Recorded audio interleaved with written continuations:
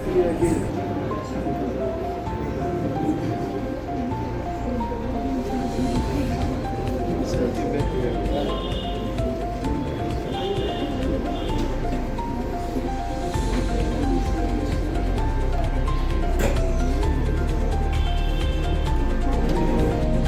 teachings of Baha'u'llah represent an end to division and otherness. This is the time for the recognition that all people are one family. Mr. Baljeet Singh, sir, thank you for placing the occasion.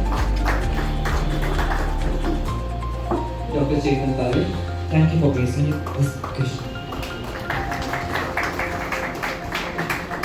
Reverend Father Dr. Victor Lobo SG, thank you, Father, for gracing this occasion with your presence.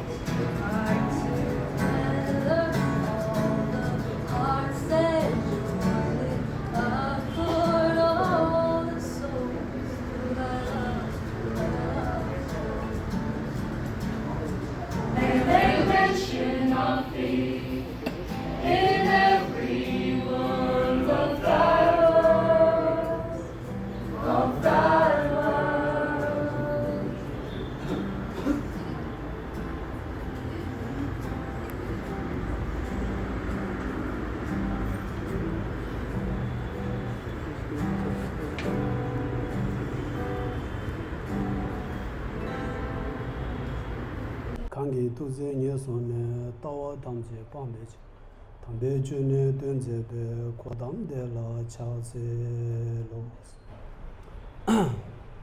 So good evening everybody. I'm not gonna take very long time and before I start my talk today, so I would like to express a happy new year to all the Baha'is communities. And so I want to say, usually I don't prepare, so I just share whatever the feelings that I have right now. Usually I feel that, now every one of us, all the speakers, they have discussed about the global conflicts. I also want to say something, So I'm not talking about the national conflicts and the community's problems. I just usually in my daily life I feel that there are 5 biggest challenges on a global levels. The first one is enormous increasing the human populations. That is the one big challenge. Now human population is increasing so much, and we have a lack of resources. Then the second one is there is a gap between the rich and poor.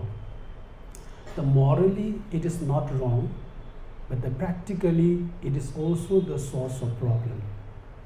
Then the third challenge is a religious conflict, religious disharmony. In the name of religion, people are killing each other. It's very unfortunate, but whatever it is a dirty fact, whatever. So in the name of religion, we are fighting and killing each other. So today we can see there are so many communal violence in our country also. And then the fourth one is environmental degradations. So today our basic necessities like a fresh air, a clean waters, all are being polluted. This is a very big challenge for us. Then the last challenge is a name of war, in the name of violence. So war, even there's sometimes even there is no war, but still we are trying to create the possibilities of war. But today I feel that it is very, very difficult to stop the war, because war and violence become a trade. It becomes a business. If you want to stop the war, means that you have to stop the market, these weapon industries. And nobody wants to, stop the market. It's very difficult to stop the war. This is what I feel. Then if you look at all these challenges, you can see the common cause of these challenges. What is that? It is a lack of compassion, lack of love and compassion. Okay, now I'll touch to the religious conflict.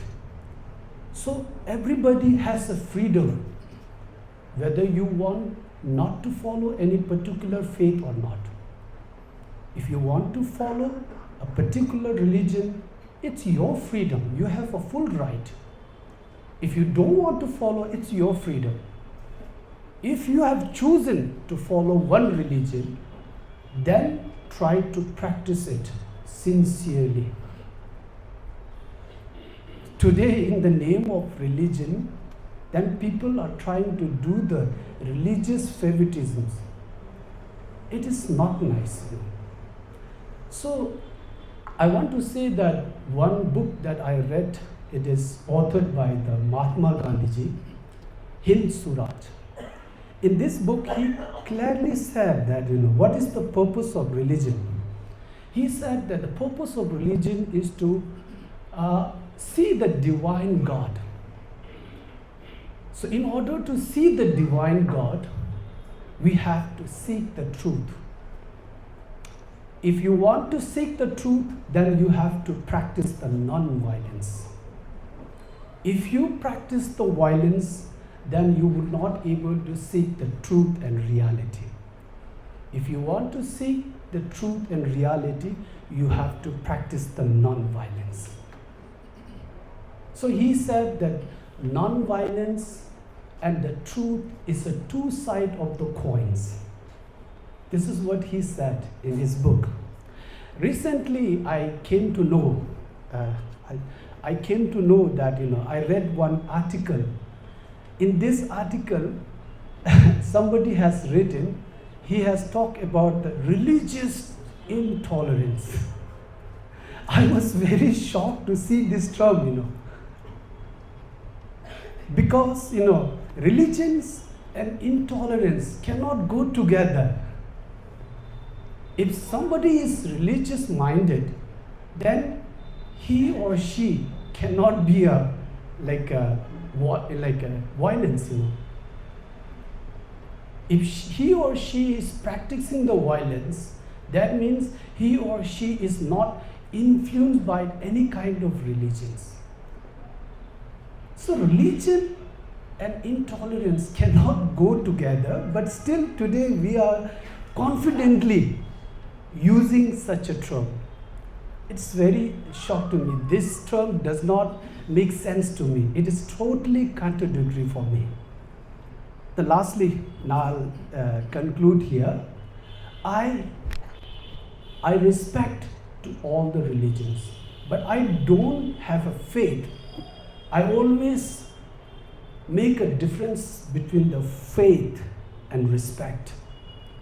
I don't have a faith in the Christian religion or other religions, but I have a huge respect towards all religions, because my first point to respect all the religion is that all the religions, they are carrying the same message of love, compassion, tolerance. Then the second point, why I respect to all religion, because all the religions have served to the humanities. It has helped to the millions and millions of people in the past. And it is serving and helping to the millions and millions of people in this present time. And it will serve, it will help to the millions and millions of people in future. So that's why I respect to the all religion. Thank you.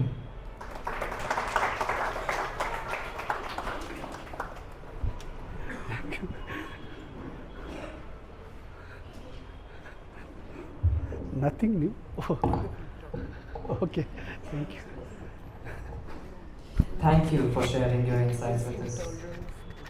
Mr. Harshvardhan is the former Assistant Director General of Customs, Indirect Taxes and Narcotics in the Government of India.